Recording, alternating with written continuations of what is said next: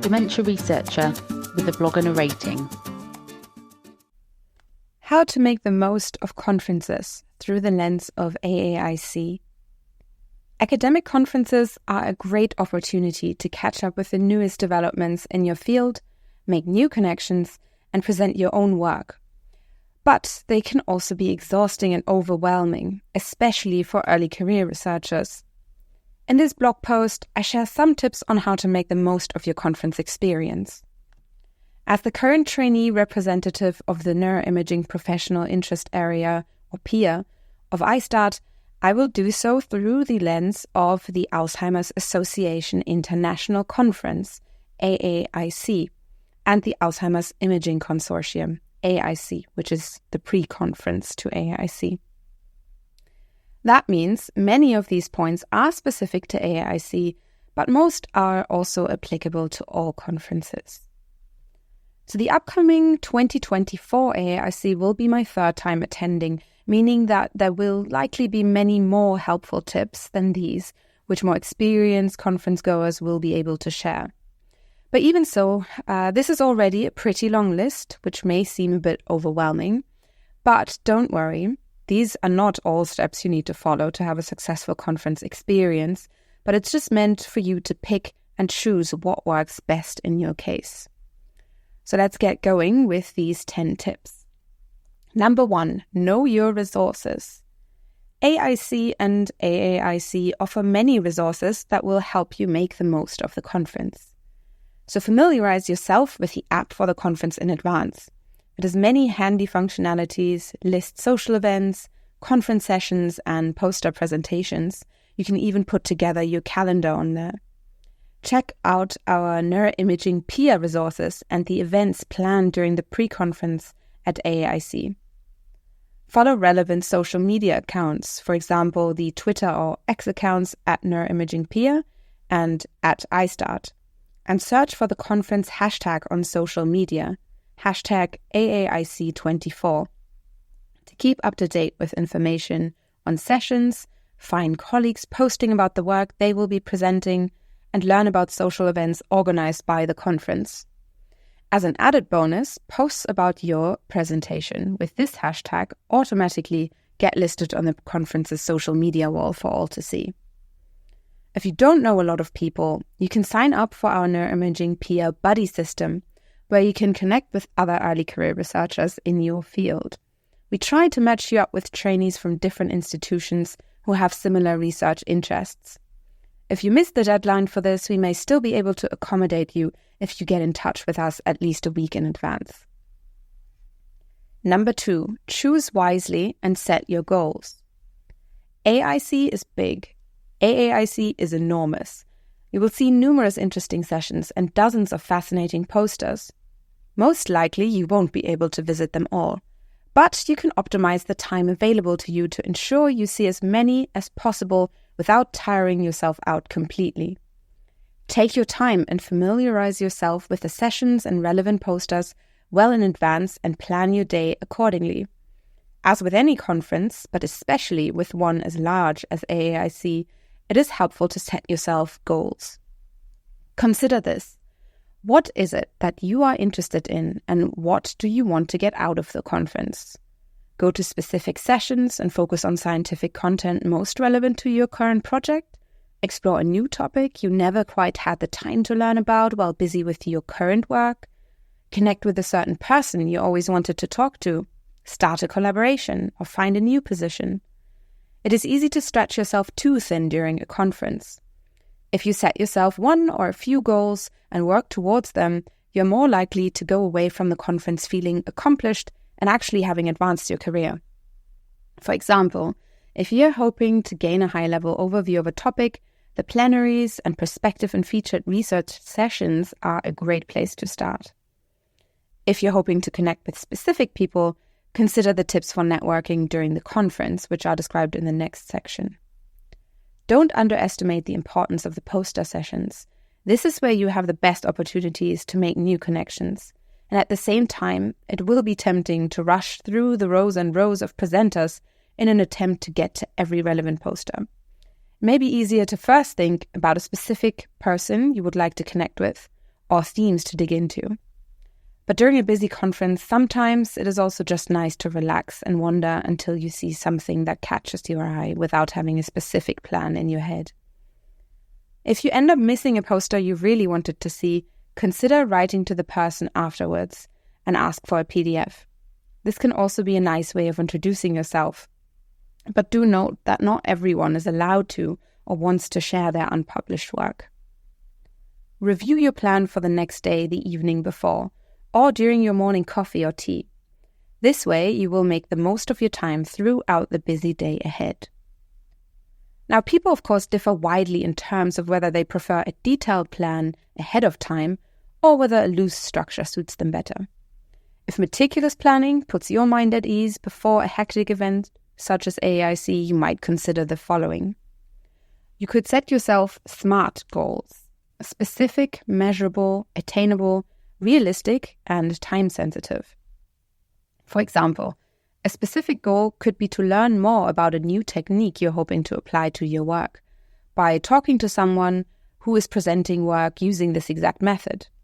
This is a measurable goal in that you know when you made progress, and it is attainable, realistic, and time-sensitive if you think about a way to engage with that person by identifying the right time to talk to them. This could be at their poster, after the presentation at a featured research session, or even by connecting through social media to slot them in during a lunch or coffee break. To tackle the volume of posters, you could assign them to different tiers. In Tier 1, you could ask the question, who do you really want to talk to in person? Who would be a good contact to have in the future and could even be a collaborator? Who works with someone you might consider as a potential future supervisor? For Tier 2, you might ask, who do you think you would be interested to talk to, but might not be quite as essential to meet in person when it comes to planning your next career steps? And for Tier 3, which posters are of interest, but not actually might require you to spend a lot of time at? You could list poster numbers in order by tier and try to go through the numbers starting with Tier 1, Tier 2 as a backup, and so on.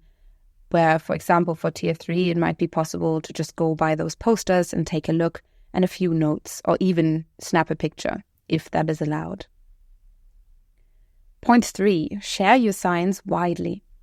If you're presenting a poster or giving a talk, you have an excellent opportunity to begin or continue to make a name for yourself. But in a sea of researchers, how can you increase your chances of boosting your audience? To begin with, an important note on preparing presentations. Make sure you follow the principle, figures before text.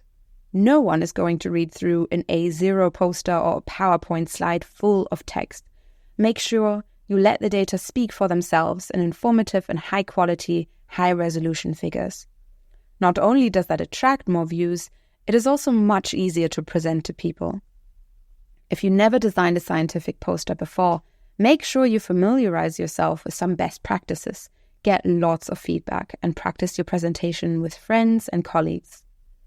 End your poster or talk with a clear list of key takeaways. Don't use too many though, because people are unlikely to remember more than 3 or 4. Consider preparing multiple versions of your poster pitch. So for example, a 3-minute version for people who just prefer a casual quick chat, and a longer 5 or even 10-minute version for those who are particularly excited about your exact topic. Share information about your presentation on your social media accounts if you have them. For example, include the presentation title, poster number, session time, and location. And use the hashtags associated with the conference to make sure people can find your poster or session easily. Ask your supervisor or colleagues to share your post, or to even put together a list of the presentation that your lab members are going to give at the conference so they can have an overview of everyone in your lab presenting. Then add your social media handles to your poster to gain more potential followers. You can also add a QR code to link to a preprint, a digital version of your poster, or a redirect to your lab. Another option is a sign-up sheet where people can leave their email address. That way, you can send them your poster later on, and an added bonus of this method is that you have each other's contacts. This can, of course, be helpful to avoid information overload during the conference, and sending a poster a week later after people had a chance to decompress can help you stick in their memories as well.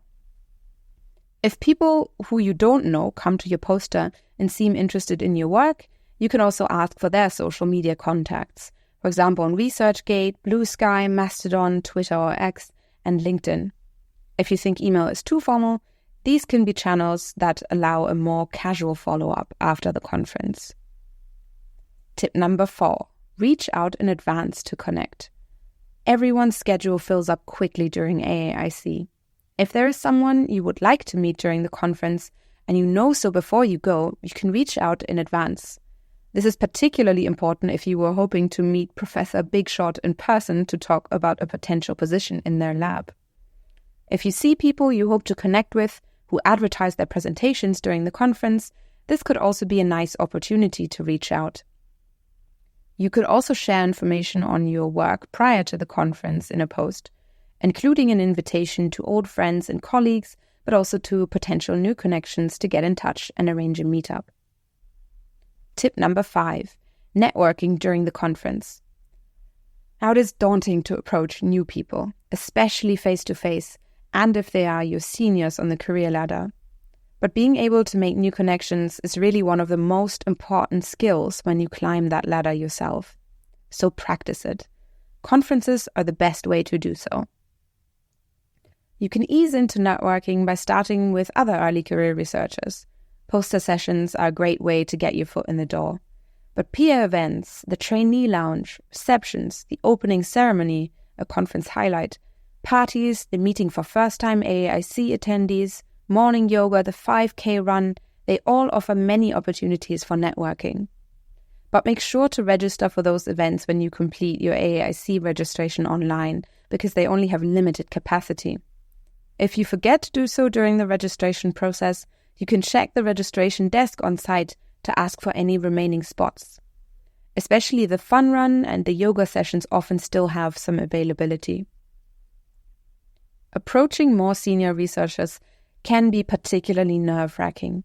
Many early career researchers ask themselves why a well-known professor should even spend time talking to them. Try to silence that voice in your mind. We've really all been there. Most people you approach will be much friendlier than you might expect. Many senior researchers may even be looking for new students or postdocs just like you. A helpful approach might be to prepare a brief summary of your work, who you work with, what you're presenting at the conference, and what your current career stage is. For example, stating you are close to completing your PhD could get the conversation going about next steps, and maybe you'll hear about an opportunity for a postdoctoral position. Such an elevator pitch, in addition to specific questions about their work, can spark an engaging conversation with people at any level of the career ladder.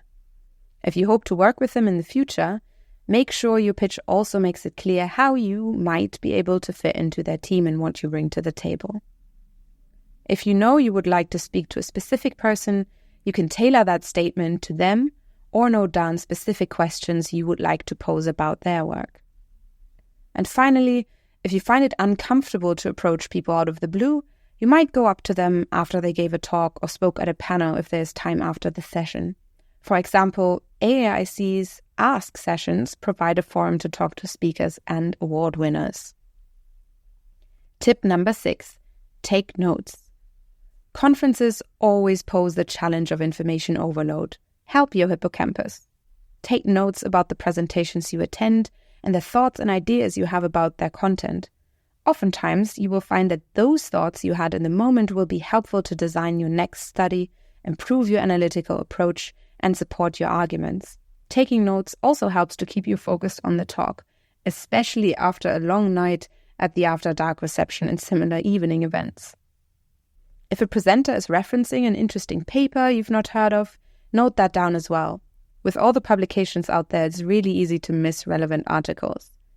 And in case you missed any of the references in the talk, you could follow up with the presenter later. Many researchers, especially those at an early career stage, are thrilled that people are interested in their work, and they will typically get back to queries via email. Take notes after your conversations at the poster presentations. You can keep track of the people you meet during the conference. It's just very easy to forget what you discussed with whom otherwise. You could note down collaboration ideas and future directions, and also make plans to follow up with these new connections you've just made. Tip number 7, coordinate. If you're going with your lab, you can use a divide and conquer approach. Because you won't be able to attend everything, you can coordinate with lab members and colleagues to make sure that together you can cover all the ground you need. You could create a Slack channel or use other similar resources in which you can share notes and pictures from the conference and engage in conversation about the topics presented there. Tip number 8, consider talking to exhibitors. Have you ever wondered whether you might be a good fit for a job in industry, or whether collaborating with industry as an academic researcher could be an option for you? You might be surprised by the extent to which your talents are sought after in other sectors outside academia. There are many industry exhibitors at AAIC. You can use the chance to ask about job opportunities, the kind of training companies are looking for in an applicant, or figure out whether an industry collaboration could be a good move for your career going forward. An added bonus are the free handouts from exhibitors. Squishy brains, anyone? Also, they oftentimes have the best coffee there. Tip number 9, follow up. After the conference, take a breather. Make sure you recharge, but also make sure the new knowledge you've gained and the connections you've made stick. Review your notes and incorporate them into your current project planning. Write a quick message maybe to the people you connected with, whether just to tell them you enjoyed meeting them and hope to see them at the next conference, whether you want to start a collaboration, or whether you hope to find a new job.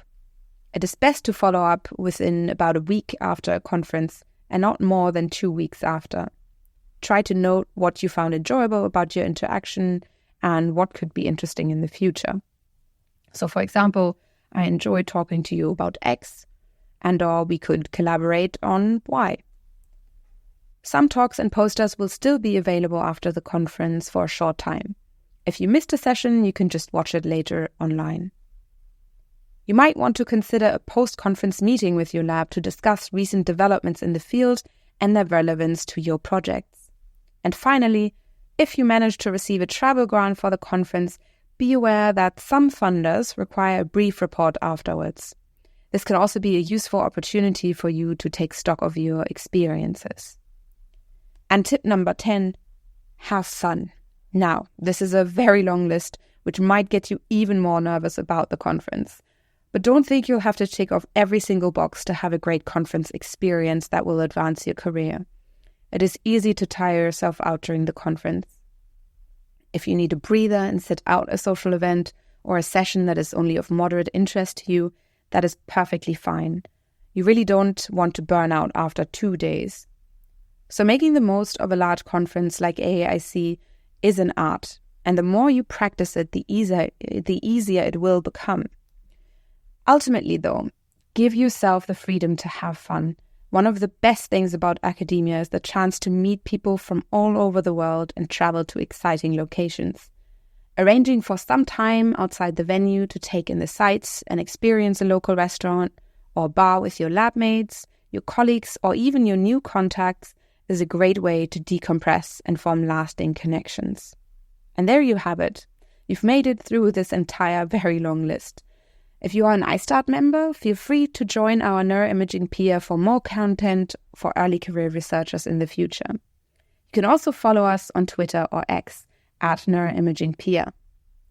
I hope you have a great time at AIC and AAIC, and maybe I'll see you there.